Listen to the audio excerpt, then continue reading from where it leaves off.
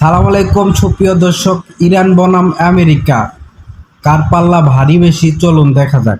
পার্লামেন্টে এই হাজ অযুক্ত এটা দিয়ে তোমরা রাষ্ট্র বাঁচাতে পারবে না। এটা যুদ্ধ বিরতি আবার কি? আমি আবারও বলছি, আপনারা বুঝেন না কেন? এরা হলো কৌশল। ওরা নিজেদের সৈন্যকে একটু ঠিকঠাক করার কৌশল, বিমান টিমান যা আছে হামলা করার জন্য এগুলোকে আবার মেরামত করার কৌশল, আবার গোলা বারুদ মোতায়েন করার কৌশল, খাদ্যের কোনো ঘাটতি থাকলে লজিস্টিক সাপ্লাইকে ঠিকঠাক মতো আনার কৌশল, ওদের আন্তর্জাতিক লবিস্ট এদের ঠিকঠাক মতো, এটা একটা কৌশল, স্ট্র্যাটেজি। যুদ্ধবিরতি কেন? কোরআনে কি, আমরা যদি মুসলমান হন, কোরআনে কি বলছে? পিছপা হবে না, পিঠ দেখাইবে না, 1 নম্বর নীতি।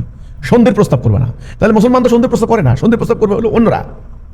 তো ইসরায়েল যুদ্ধ বিরতি প্রস্তাব করছে, লঙ্ঘন করবে। লঙ্ঘন করা কি? আমি এর কোনো অর্থ, গুরুত্ব, এর কোনো তাৎপর্য আমি পাই না। ওরা এখন সিদ্ধান্ত নিবে, কথা শেষ। ওদের দরকার এখন এটা দখল করবে, এটা ধ্বংস করবে, এটা লুট করবে, এটা নিয়ে যাবে, এটা হত্যা করবে, ওরে মারবে। এই এখন এই তাণ্ডব কেমনে মোকাবেলা করবা? তোমরা মিলে বসো, চিন্তা করো। তোমাকে পার্লামেন্টে এই হাজ অযুক্ত এটা দিয়ে তোমরা রাষ্ট্র বাঁচাতে পারবে না।